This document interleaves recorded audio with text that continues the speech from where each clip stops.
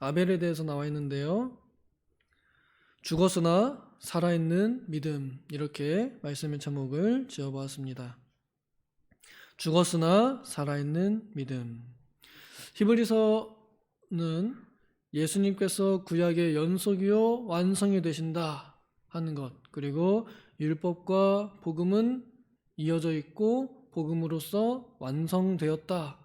그러니 이제 율법에 매이지 말고 그리스도의 법에 매여서 복음의 삶을 사는 것이 진정한 믿음 있는 사람들의 삶이라는 것을 논증하는 서신입니다. 오늘날 우리들에게도 여전히 이 말씀은 유효하여서 복음의 시대 안에 있는 모든 사람들이 그리스도께서 이루어 놓으신 이 의의 영역에 들어와서 그리스도와 같은 의로운 삶을 살도록 가르쳐 주시는 책입니다. 믿음이 무엇이냐에 대해서 히브리서에서는 이렇게 표현합니다. 보이지 않는 것들의 증거다 라고 이렇게 말합니다. 그런데 이거를 그냥 이해하기는 쉽지 않을 것 같아요. 보이지 않는 것들의 증거가 무슨 뜻이뇨? 그래서 저는 쉬운 말로 믿음은 현실이다 이렇게 표현하고 싶습니다. 우리가 지금 눈에 보고 있는 것, 우리가 피부에 닿는 것, 이게 현실이잖아요. 내가 살고 싶은 모양, 내가 살고 싶은 모습, 이런 건 이상이라 불러요. 내가 원하는 모습은 이상이에요. 하지만 지금 내가 피부로 와닿고 있는 건 내 현실입니다. 저는 믿음이란 현실이다 라고 이렇게 생각합니다. 그러니까 내가 살고 있는 만큼이 내 믿음인 거예요. 내가 믿는 만큼 사는 겁니다. 내가 믿는 만큼 말하고, 내가 믿는 만큼 행동하고, 내가 믿는 만큼 사용하고, 내가 믿는 만큼 희생하는 것. 그래서 저는 믿음은 현실이다 이렇게 표현하고 싶습니다. 믿음이라는 존재는 어떤 게 눈에 보이게 존재하지는 않습니다. 이게 바로 눈에 보이지 않는다 라는, 그렇지만 분명히 존재한다, 그래서 보이지 않는 것들의 증거다 라고 이렇게 표현한 것 같습니다. 선진들, 믿음의 선배들, 아브라함 포함한 모든 먼저 믿은 사람들이 똑같이 눈에 보이진 않지만 믿음이라는 그 가치 하나를 붙잡고 목숨을 걸고 살았고, 그리고 그 믿음대로 죽었다라고 이렇게 말합니다. 오늘날 우리도 또한 그렇습니다. 우리가 믿는 바를 향해서 나아갑니다. 우리가 믿는 바가 무엇이냐에 따라서 사람은 그 믿는 가치를 위해서 살기도 하고 죽기도 합니다. 돈을 믿는 사람은 돈을 위해서 살기도 하고 돈 때문에 죽기도 합니다. 사람을 믿는 사람은 사람을 믿어서 살기도 하고 사람을 믿다가 죽기도 합니다. 보통 사람을 믿었다간 배신당하기 일쑤이지요. 이 세상에 믿을 대상, 믿을 가치는 하나님 이외에는 없습니다. 사람은 믿을 바가 아니라 사랑할 바이지요. 하나님은 사랑할 바이면서 믿을 대상입니다. 유일한 믿음의 대상입니다. 하나님을 믿는 것이 인생의 제일 된 목적이면서도 또한 최종적인 종착지이기도 합니다. 처음 붙잡았던 것을 끝까지 놓지 않고 가는 것이 인생에 살아가는 이유라는 거예요. 사람을 끝까지 붙잡고 끝까지 놓지 않는 것이 아니라, 사람은 놓칠 수 있어요. 시간 지나면 반드시 놓치게 되어 있습니다. 내가 원하지 않아도 놓아야 되는 상황이 옵니다. 하지만 그 너머에 계신 하나님은 우리가 끝까지 붙잡을 수 있고 붙잡아야만 할 대상입니다. 믿음의 선배님들은 그렇게 살다가 죽었다는 거예요. 그런데 그 사람들의 시선에는요, 이 세계가 주 하나님 지으신 모든 세계에 아름다워 보였던 겁니다. 하나님께서 말씀으로 이 세상을 창조하셨다는 것을 우리는 창세기에서 읽어서 압니다.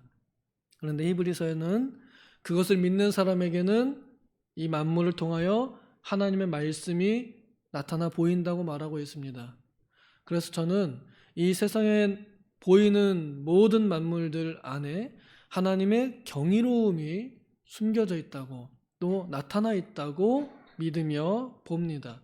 나뭇잎 하나를 보아도 새 소리를 듣는 것, 이 하나님께서 만드신 자연 만물의 물소리, 자연 광경 이런 걸 보면 하나님의 말씀의 경이로움이 나타나 보입니다. 믿는 사람에겐 이 세상이 아름다워 보이는 거예요. 믿는 사람에게는 하나님의 말씀이 경이로워 보이는 것입니다.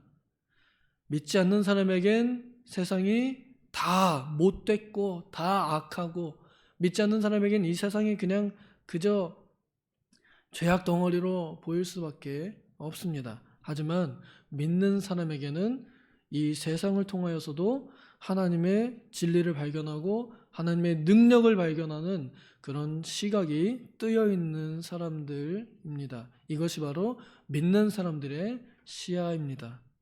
우리는 눈이 뜨여진 자입니다. 한 번은 예수 믿는 믿음을 선물로 받았을 그 당시에 주 하나님 지으신 모든 세계 어찌 이리 아름다운지 하는 그 시각이 한 번쯤은 뜨여진 사람들입니다. 이제 다시 눈을 떠서 삐딱한 눈으로 세상을 바라보지 말고 하나님께서 지으신 세상을 바라보면 좋겠습니다. 그리고 그 중에 가장 걸작품, 보시기에 좋았던 것 중에 심히 좋았던 사람을 보고 하나님의 아름다움을 발견하는 우리가 되면 좋겠습니다. 한 사람 한 사람을 존귀하게 여기는 것입니다. 한 생명을 온 우주보다 귀하게 여기는 것입니다. 이것이 하나님의 시각이요 믿음으로 바라보는 사람들의 시각입니다. 꼬라지를 보면은 이뻐할 만한 모습이 없을 수도 있어요. 하지만 그 안에 내재되어 있는 하나님의 능력의, 말씀의 능력을 보는 사람은 한 사람 한 사람을 볼 때 예쁘게 봐줍니다. 우리는 그런 눈을 가져야겠습니다. 4절 같이 읽겠습니다. 4절 시작. 믿음으로 아벨은 가인보다 더 나은 제사를 하나님께 드림으로 의로운 자라 하시는 증거를 얻었으니 하나님이 그 예물에 대하여 증언하심이라. 그가 죽었으나 그 믿음으로써 지금도 말하느니라. 아벨이 우리 선진들의 첫 번째 예시로 나옵니다. 믿음으로 살고 믿음으로 죽은 첫 번째 예시로 나옵니다. 첫 번째 모범으로 등장합니다. 믿음의 조상은 아브라함인데 아브라함보다 더 먼저 이렇게 등장합니다. 믿음으로 죽었기 때문에 그런 것 같습니다. 아벨과 가인은 우리가 그 이야기를 어느 정도 알고 있습니다. 그의 아버지 그리고 그의 어머니 아담과 하와가 하나님께서 명하신 말씀을 어기고 선악과를 따먹음으로 변명이에 어찌했던 하나님의 말씀을 어겨서 죄를 짓고 그 죄값으로 가죽옷을 지어 입히는 은혜를 받았습니다. 그러니까 죄 지으면 죽어야 되는데 내 대신 짐승이 죽어서 그 짐승의 피가 나를 덮었고 그래서 하나님께서는 나를 살려주셨다 하는 예수 그리스도의 모형을 이미 그는 보았던 것입니다. 그리고 배웠습니다. 그 안에 하와도 분명히 같이 공유하였고 같이 알았을 겁니다. 그리고 우리가 알건대 아담은 우리보다 더 똑똑한 남자입니다. 그리고 하와는 그보다 더 똑똑한 여자입니다. 그러니 하나님께서 죄를 속하는 방법은 피해 있다는 것을 모르지 않았을 겁니다.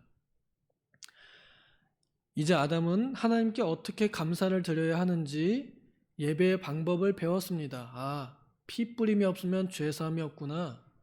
피가 있어야 하나님께 받으시는 예배가 되겠구나 알았을 겁니다.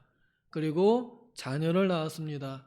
사랑하는 첫째 가인과 또 둘째 아벨이 태어나서 좋았을 겁니다. 자녀를 낳으면 기분이 좋잖아요. 그런데 얘네들이 커가지고 이젠 때가 되었다. 니들이 스스로 예배해라 하고 예배는 이렇게 하는 거다 라고 가르쳐줬습니다. 피 뿌림이 없으면 예배가 아니다. 분명히 알려줬을 겁니다. 그런데 첫 번째 가인은 농사 지어가지고 자기의 농산물로, 가장 좋은 농산물로 태워가지고 하나님께 예배를 드렸습니다. 둘째 아벨은 양치기였습니다. 자기가 키우는 양 중에 제일 좋은 양으로 죽여서 피 뿌려서 하나님께 예배를 드렸습니다. 하나님께서는 그의 얼굴을 피 뿌린 제사를 드린 아벨에게 드셔서 내가 네 예배를 받았다 하는 증거를 보여주셨습니다. 반대로 가인은 나는 네 예배를 받지 않았다 하는 증거를 얻었습니다. 그래서 가인은 기분이 나빠졌습니다. 하나님께 잘못된 예배를 드려놓고서 자기가 기분이 나빠졌어요. 저는 이걸 보면서 가인과 아벨의 이야기를 보면서 참된 예배자와 거짓된 예배자의 분명한 차이를 봅니다. 똑같이 예배는 정성껏 드렸습니다. 자기가 할 수 있는 최선을 다해서 마음도 오 할렐루야 하면서 드렸을 겁니다. 그런데 그 결과는 아주 극명하게 달랐습니다. 잘 배워서 피 있는 피의 제사를 드린 아벨은 본인이 피를 흘렸고요. 그리고 피 없는 제사를 드린 잘못된 예배자인 카인은 본인이 피를 뿌렸습니다. 그것도 자기 동생의 피를 본인이 뿌렸습니다. 죽였단 말이지요. 아무리 형식적으로 외적으로 열심히 예배를 드린다고 해도 피의 제사가 없는 사람에게는 죄밖에 남지 않는다는 것을 우리는 발견합니다. 성경은 피의 제사를 더 나은 제사라고 표현하고 그것이 옳은 제사라고 인정하였습니다. 하나님께서 인정하였고 성경이 증언합니다. 그러니 오늘 우리 믿는 모든 사람들에게 이 말씀이 우리에게 주는 것은 정말로 참으로 예배하는 사람은 피의 제사를 드리는 사람이다 라는 것이지요. 오늘날의 피는 이제 더 이상 짐승의 피가 아닙니다. 오늘날의 피는 이미 뿌려진, 나를 위해 뿌려진 예수 그리스도의 피입니다. 예수 그리스도의 피를 의지하고 믿음으로 나아가는 예배자가 참된 예배자입니다. 그렇게 참으로 그리스도의 피를 의지해서 나가는 사람은 참된 예배자의 행동이 나옵니다. 참된 예배자의 행동은 자기가 죽습니다. 남을 죽이지 않고 자신의 손해를 보고 자신이 죽습니다. 이 결과로 인해서 카인이 질투해가지고 아벨을 들로 불러내어서 때려 죽입니다. 아벨이 한 방 맞고 죽었을까요? 적어도 두세 대는 맞았을 것이고요. 돌로 맞았으면. 주먹으로 끝까지 맞았으면은 방어하다가 결국엔 맞아 죽었을 겁니다. 그럼 그 맞는 동안에 왜 한 번도 반격을 하지 않았을까요? 혹은 반격했는데 자기가 싸움에서 져서 죽었을까요? 아니요. 성경은 아벨이 순교당했다고 말합니다. 아벨은 충분히 형에게 반항도 하고 어쩌면 형을 죽일 수도 있었습니다. 하지만 그는 죽었습니다. 왜냐하면 그는 살리는 믿음을 가졌기 때문에, 원수를 사랑하는 믿음을 가졌기 때문에 그리스도의 모형으로서 그는 죽임을 당한 것입니다. 이로써 우리는 압니다. 피의 제사, 예수 그리스도의 피를 믿는 사람은 다른 사람을 죽이지 않습니다. 다른 사람에게 피해를 주지 않으려고 하고 오히려 다른 사람을 내가 손해를 볼지언정 살리고자 하는 믿음을 가진 사람입니다. 이것이 죽었으나 살아있는 믿음을 가진 예배자의 모습입니다. 참된 예배자는 사람을 살립니다. 자신을 희생할 줄 압니다. 이것이 진정 예수 믿는 사람의 모습입니다. 우리는 얼만큼 예배하고 있는지, 우리는 어떠한 예배를 드리고 있는지 한번 돌아보면 좋겠습니다. 아벨은 죽었습니다. 그의 육신은 죽었습니다. 하지만 그의 핏소리는 하나님께 호소하였고, 죽은 그의 몸은 죽었지만 그의 믿음은 여전히 살아서 우리들에게 이렇게 말하고 있습니다. 이렇게 예배하십시오. 참된 예배를 드리십시오. 피의 제사를 드리십시오. 여전히 우리에게 말하고 있습니다. 참된 예배자는 피를 가지고 나아갑니다. 참된 예배자는 살려줍니다. 참된 예배자는 살아 있습니다. 라고 이렇게 말하는 것입니다. 저의 눈엔 아직도 눈에 선한 아직 살아있는 믿음이 있어요. 우리 교회 죽는 날까지 예배하신 권사님들, 저는 그 이름들을 아직 기억하고 있고 그렇게 함께 예배했고 또 저 앞에 나가면서 같이 인사했던 기억이 남아 있습니다. 그들의 몸은 죽었지만 그들의 믿음은 여전히 살아 있습니다. 나도 그렇게 예배하다 가야지, 그렇게 나에게 말하고 있습니다. 참된 예배자는 죽는 날까지 예배하는 겁니다. 말하고 있습니다. 여러분 어떤 믿음을 남기시기를 원하십니까? 사람들에게 어떤 믿음으로 기억되기를 원하십니까? 우리는 이 한 가지예요. 죽었지만 살아있는 믿음, 참된 예배자의 믿음을 가지고 살아가면 좋겠습니다. 그래서 목숨 걸고 예배하고 살아있는 동안 예배하는 우리 도봉교회 되기를 소망합니다. 그래서 죽어도 죽지 않는 그런 믿음으로 살다가 하나님 앞에 가는 행복을 누리시기를 소망합니다. 이 믿음을 우리의 후배들, 우리의 영적인 자녀들이 보고 배우고 있습니다. 내가 오늘 이 믿음으로 무엇을 살아서 말할 것이며 무엇을 죽어서 말할 것인지 생각하며 오늘 하루를 참된 예배자로 그리스도의 피의 자사로 더욱더 나아가는 삶을 살아야겠습니다. 기도하겠습니다. 그리스도께서 나를 위하여 피 흘려주신 은혜에 감사하는 삶을 살게 하여 주시옵소서. 오직 그 피의 제사만이 살아있는 믿음을 증명할 수 있사오니 아버지여, 우리도 우리들의 믿음으로 말하는 사람들 되게 하여 주시옵소서. 내가 믿음으로 보이는 모든 예배 행위들로 내 믿음을 증명하는 참된 믿음들 되게 하여 주시옵소서. 감사드리며 예수님의 이름으로 기도하옵나이다. 아멘.